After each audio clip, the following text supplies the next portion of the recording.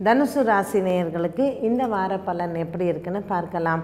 குறிப்பாக பூராடம், மூலம் மற்றும் உத்திராட நட்சத்திரக்காரர்களுக்கு இந்த வாரம் அமோகமான வாரமாகவே அமைகிறது. மற்ற கிரகங்கள் எப்படி இருந்த போதிலும் கோச்சாரத்தில் குரு பகவான் 7ஆம் இடத்தில் இருப்பதனால் எவ்வளவுதான் மன கஷ்டங்கள் இருந்தாலும், போராட்டங்கள் இருந்தாலும், உங்களுடைய திறமையினாலும் உங்களுடைய உழைப்பினாலும் நீங்கள் கஷ்டத்திலிருந்து வெளிவந்து விடுவீர்கள். தனுசு ராசி நேயர்களுக்கு இந்த வாரத்தில் ஒரு புதிய திருப்பம் ஏற்படுவதற்கு வாய்ப்பு உண்டு. புதன்கிழமையோ அல்லது வியாழக்கிழமையோ நீங்கள் நீண்ட நாட்களாக சந்திக்காமல் இருந்த நண்பர் அல்லது உறவினர் மூலமாக உங்களுக்கு ஒரு நல்ல வாய்ப்பினை நீங்கள் பெறுவீர்கள். உத்தியோகத்திலோ அல்லது நீண்ட நாள் கனவுகள் நிறைவேறுவதற்கு இந்த நட்போ உங்களுக்கு உறுதுணையாக அமையும்.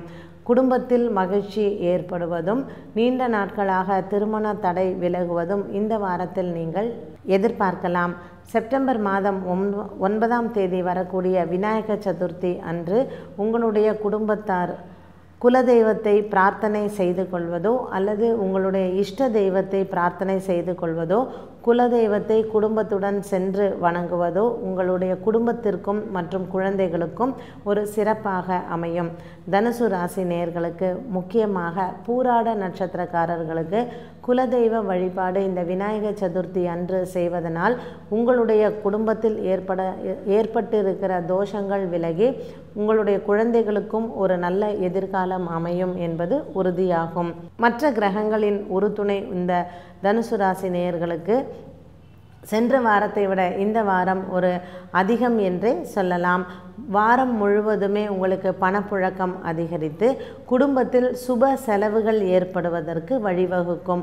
உங்களுடைய குழந்தையின் திருமணம் நிச்சயமாவதோ அல்லது கிரகப்பிரவேசமோ அல்லது உங்களுடைய இல்லத்தார் உங்களுடைய உறவினர்களின் திருமணத்திற்கு நீங்கள் சென்று வருவதோ ஒரு சுப செலவுகள் இந்த வாரத்தில் நீங்கள் எதிர்பார்க்கலாம்.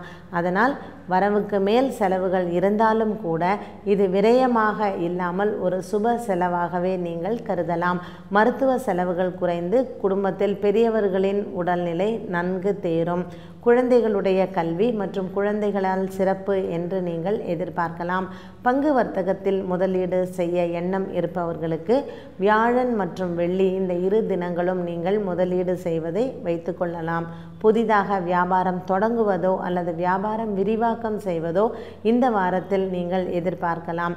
இந்த வாரம் புதன் அல்லது வியாழன் இந்த இரு தினங்களில் வியாபாரம் சம்பந்தப்பட்ட எந்த வேலைகளையுமே நீங்கள் தொடங்கலாம்.